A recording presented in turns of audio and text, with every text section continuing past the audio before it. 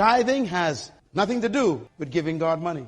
God doesn't need nothing from you. You couldn't even give God nothing. Everything on the earth already belongs to God. He don't need nothing from us. So when God sets something up, it's not because he needs it.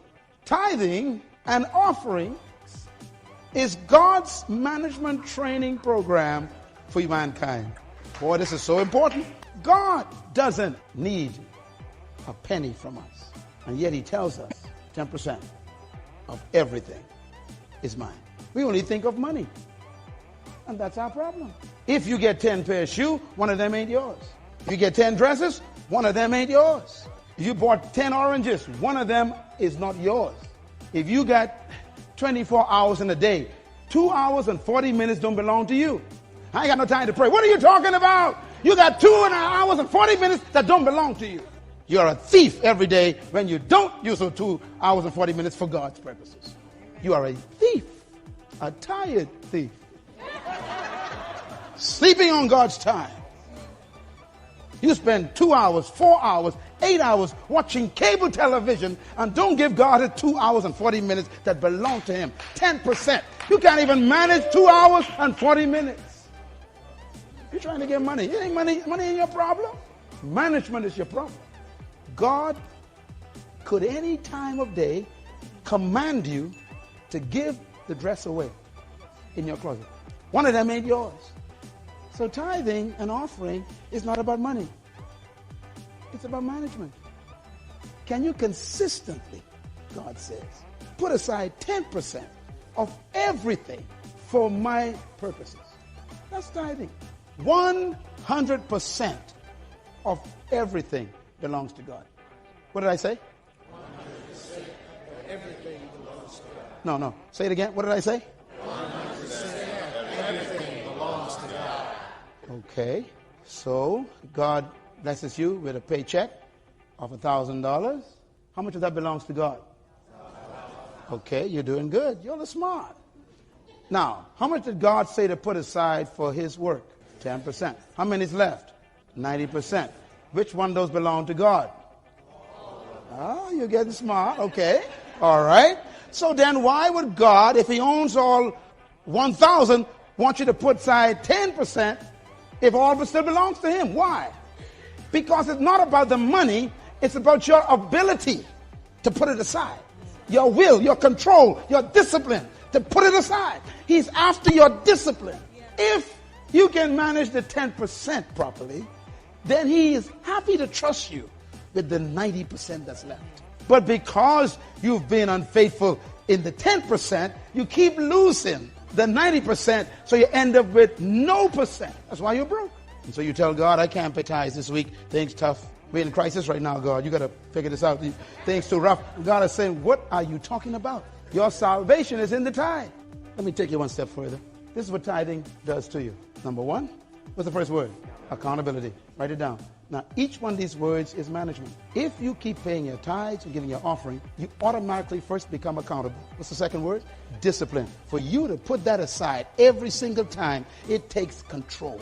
What's the third word? Honesty. For you to be a tither, that means no one's watching except God. And he knows if you're paying it or not. You can lie to everybody else, but God knows if you're paying 10%. That means it makes you honest. And managers must be honest.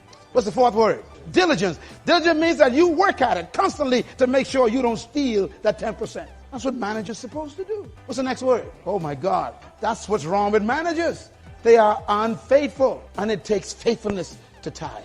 What's the last one? Trustworthiness. For you to manage a tithe, God got to trust you every time. I just gave you the characteristics of a manager. They are accountable. They are honest. They are diligent. They are faithful. They are trustworthy. Jesus one day showed top-class management. One day, he had 5,000 people in a field, and they were all hungry, and there was, they say, plus women and children, so they must have had about 12,000. And he is about to distribute some resources to them. I want you to watch him at work, okay? Matthew 6, verse 40. It says, so they sat down in groups of hundreds and fifties, that's administration, organization. Then he took the 5 loaves and the 2 fishes, that's the resources. Looking up to the one who owns them, he thanked them for letting him use them. That's appreciation. That means it don't belong to you. He broke it.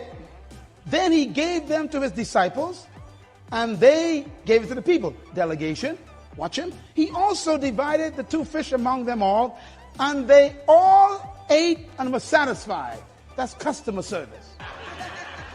Give God a hand for good customer service. All were satisfied. Now watch his management kick in. It says, and the disciples, he told them to pick up every crumb. Ladies and gentlemen, I want you to imagine this. 12,000 people in an open field, breaking bread and pieces of fish. Now how in the world are you going to find pieces of bread, crumbs, and pieces of fish, bone and stuff in the grass? He says, pick up every crumb. In the book of Matthew, it actually says it. He says, and he said to them, pick up every crumb and bring it to me. I don't want to waste nothing. This country is built on a culture of waste. And it is in the church. Who go direct to the buffets after service? You. And what do you do at that buffet? Now, you know the plate is too small for what you want to do. You pile it up, sit at the table, and half is left in the plate. You are a bad manager, and God takes notes. Cheryl, waste food. That ain't funny. He made them pick up the crumbs. It was not the crumbs that were important. It was the lesson he was teaching. You don't waste the crumbs. When we started our ministry, we had a building a little smaller than this. Man, I would teach as if I was teaching to 1 million people. We had our 1 camera set up in the center. We would clean everything. We had our sets, speakers, everything. I tell them, this is God's property. No paper in the bathroom. I said, don't call no janitor for nothing. If you find it, fix it. Why? Because God's watching us. And if he can't manage this little building, that ain't ours, he'll never trust us with one of our own. And we began our national television show in that little building.